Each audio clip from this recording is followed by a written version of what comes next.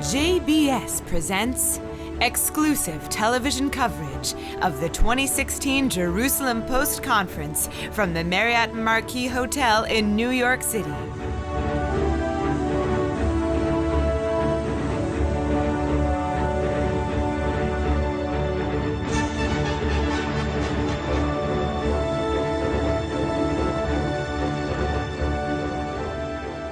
Good morning and Shavua Tov.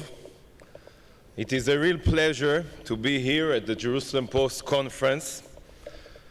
I must say that when I got on the plane only a few days ago, we were still negotiating with labor and talking about a unity government and the upcoming Paris conference.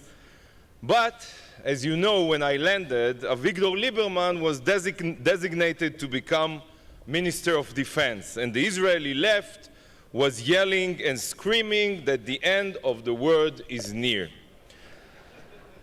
Well, I'm landing back in Israel tomorrow afternoon. Let's see what happens by then. Israel, as you know, is a vibrant democracy, a very vibrant democracy. I must say that I'm truly sorry that Bogi Ya'alon is leaving the government and the Knesset. Bogi served the state of Israel for many years and contributed much to its security. But I also must say that I don't really understand his decision to leave. He was elected to serve the people, and he could continue to serve them in a different role in the government. I would also like to say that as someone who has known Avigdor Lieberman personally, and I worked with him for more than 20 years, I am confident that he will make a very good Minister of Defense. I believe that it is good that every once in a while we have a defense minister who doesn't come from the military establishment. Someone from the outside can bring fresh thinking and a fresh perspective to Israel's security strategy. And let me say to all those on the left who want to pin on Lieberman's appointment the chances of advancing the peace process, the primary obstacle to advancing the peace process has been and remains Abu Mazen's decision to boycott the Israeli government and refuse negotiations.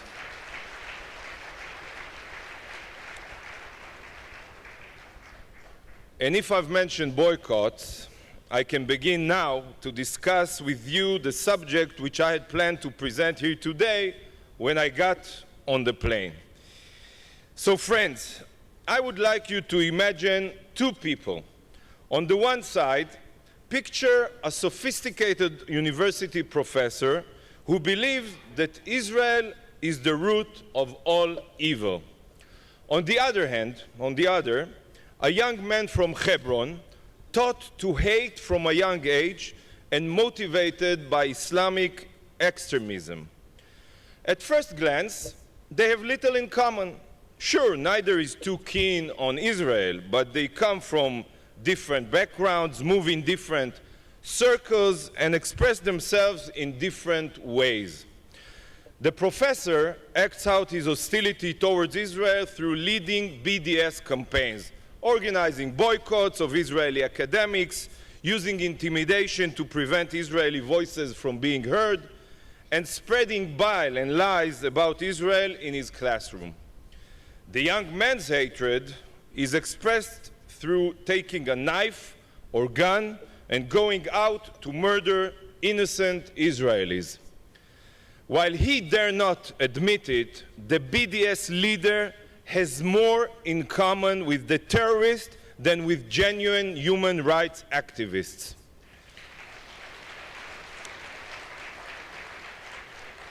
Though their tools are different, BDS and terrorism are united in their goals, they are united in their language of hate, and they are united in their victims.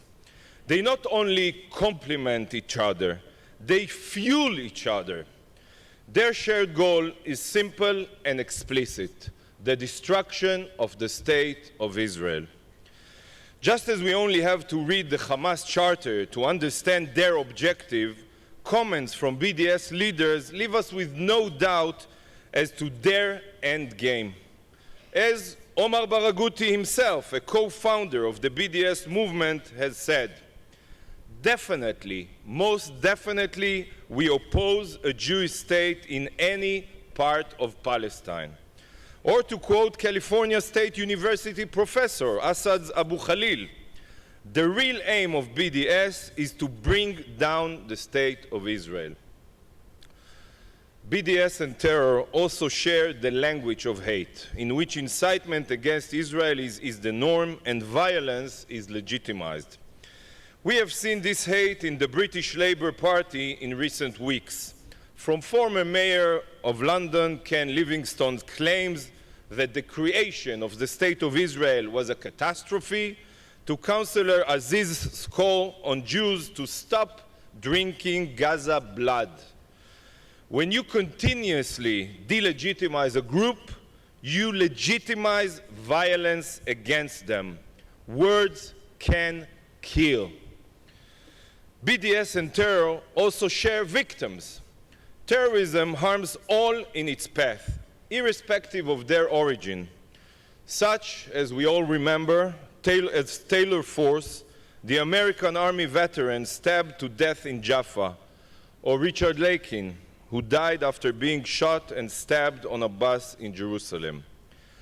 Richard was a former Connecticut school principal who came to Israel to teach both Jewish and Arab children, and wrote a book called Teaching as an Act of Love. And he was murdered by those taught to hate. Richard's son, Mika, is a close friend of mine, and I will never forget his tears as he told me how such a gentle, loving man was so brutally murdered.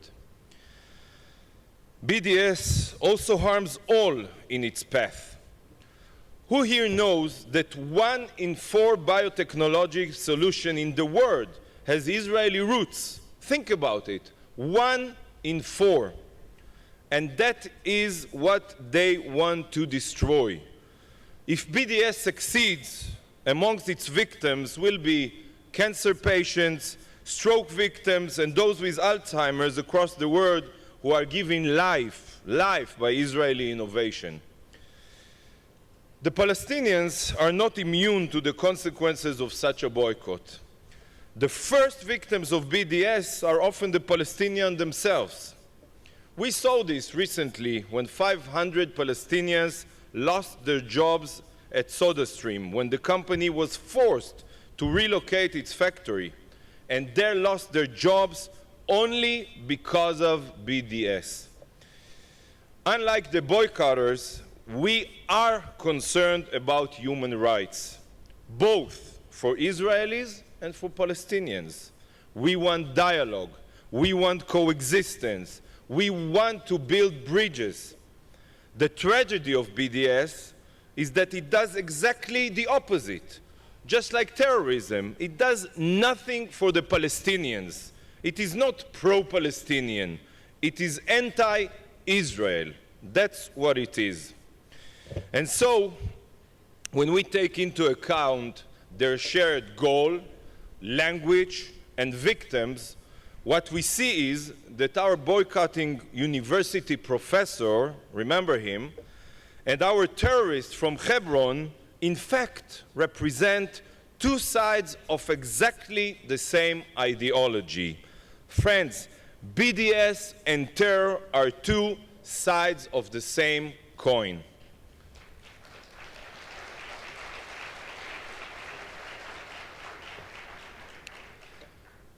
As both Minister of Internal Security and Minister of Strategic Affairs, I am at the forefront of the fight against both threats. I see similarities between the two and the challenges they pose to all of us. Since last September, dozens of Israelis have been murdered and hundreds injured in terror attacks. roughly half of the terrorists have been young people, brainwashed by Islamist incitement. This is particularly evident in the social media. And let's take again the case of Richard Lakin, who was murdered as a result of online incitement. His killers were inspired by what they saw online and instructed by posts which explains in detail how to stab someone to death, not someone, Jew. One of his killers even announced his plan for the attack on Facebook.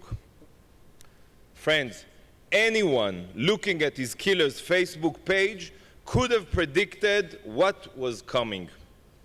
Anyone? Anyone, but not Facebook. Social media companies are happy to use the data they collect on all of us to make money, huge money, but unfortunately not to help stop terror. These companies must recognize that their platforms are used as a tool of terror. And I call on Mark Zuckerberg, Larry Page, Sergey Brin, and their colleagues to take the initiative to monitor and remove this incitement on their own.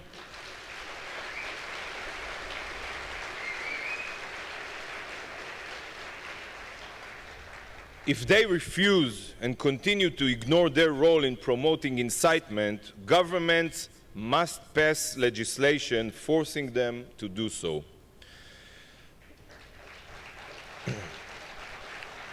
Thank you. I'm talking about it with ministers from all around the world because they are also worried from the use of social media to recruit the young generation to join ISIS, Daesh. And as I said, today they are part of the problem and they must become part of the solution.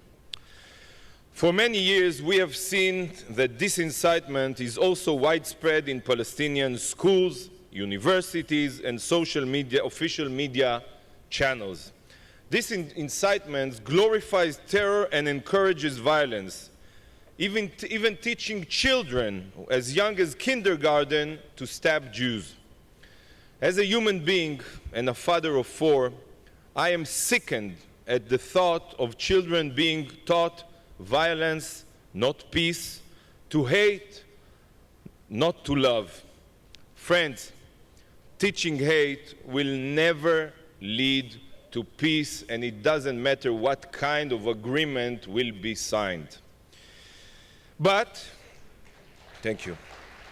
But we are making progress in combating this wave of violence and incitement. We have developed systems to identify potential lone wolf terrorists from their social media posts.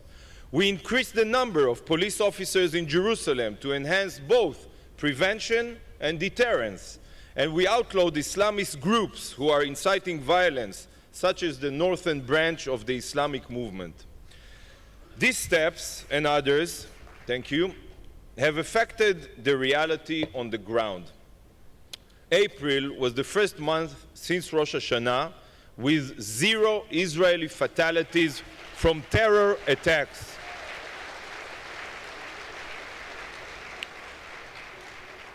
And the number of attacks has decreased from 67 in October to 7 in April. But don't get me wrong, this is still 7 too many. But we are moving, as I said, in the right direction. The same is true in the fight against BDS, a battle that is no less intense and no less important. In light of this challenge, for the first time, the government gave the Ministry of Strategic Affairs responsibility and also budget for fighting BDS. We are working to expose their true face, to counter boycott initiatives and anti-Israel propaganda, and to use both cutting-edge technologies and the passion of grassroots activists to spread the truth. We are also bringing leaders from different sectors to experience Israel for themselves. And I'm sure you agree with me that once you visit, the BDS lies become obvious and the truth becomes clear. BDS activists claim they are hurting the Israeli economy. Well, in reality, ladies and gentlemen, our economy continues to grow. In 2015 alone, foreign direct investment in Israel increased by, listen to this, 71%.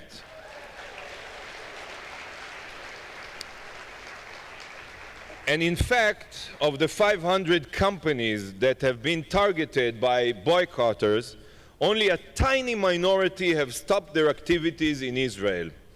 More and more decision makers are seeing the true nature of BDS and are taking steps to stop it. Banks in Europe, even this morning, have closed the accounts of BDS organizations due to violations of anti-discrimination laws and their connections to terror. This must become the norm of banks around the world. We have also seen anti-BDS legislation and regulations in many countries, including the US, UK, France, and Spain. These successes have caused the BDS movement, listen to this, to write to the UN High Commissioner for Human Rights, asking him to protect, and I quote, their right to boycott Israel. For the first time, and that is positive, BDS extremists are on the defensive. But I want to be very clear. We cannot afford to be complacent. While almost all companies, as I said, ignore the intimidation, a tiny minority give in. For example, and this is the first time I'm going to say it, BDS was a factor in the decision of security company G4S to sell their operation in Israel, and I know it personally. The company is now trying to convince everyone that BDS was not a factor. Don't listen to them. Giving in to BDS was a mistake, both morally and financially.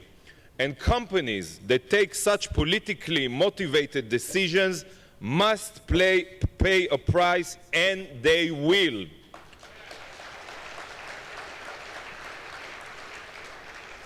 So hopefully G4S is going to start pay the price, because only a few days ago I received this letter from our friend Rick Scott, governor of Florida. It says how proud he is to have signed a law that prohibits the Florida Board of Administration from investing in companies that boycott Israel. Yeah, he deserves it.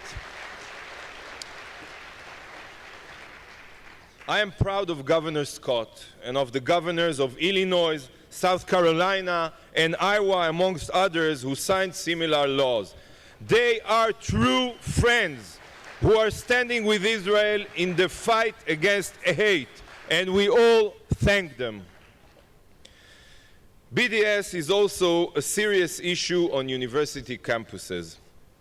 I am appalled by events like Israel Apartheid Week, which are really just hotbeds of hate. Particularly concerning is the involvement of members of Hamas-affiliated organizations in BDS activity, which was revealed in a recent testimony before Congress. I have personally written to Congressman Ed Royce and Eliot Engel and to Treasury Secretary Jacob Lew, asking them to investigate and expose the connections between Hamas-affiliated organizations and BDS. Who funds them? Who is behind them? These are well-funded groups who are determined to achieve their goals. But friends, so are we. We have truth on our side, and that is why we will prevail. I believe that just like in the battle against terror, one of our strongest assets in this struggle against BDS is our unity. Friends, there is no left and right in this fight, no Labor and Likud, no coalition and opposition. In this, we are one country united and one people united. And this is where you come in. In the fight against terror, not everyone can be on the front lines. But in the fight against BDS, the battlefield, as you know, is different because you are on the front line. You are our special forces. You are our Yamam and our Sayeret Matkal. And I'm truly grateful for all your hard work, your commitment, and your courage. That is for you. So there is a lot more we can all do. So to everyone who believes in the values of truth and honesty, go out, not now. Go out. Tell your friends what is really happening in Israel. Go out and counter the lies our enemies are spreading. Go out and spread truth, not hate, because together, only together, we will, Be'ezrat Hashem, win. Thank you very much.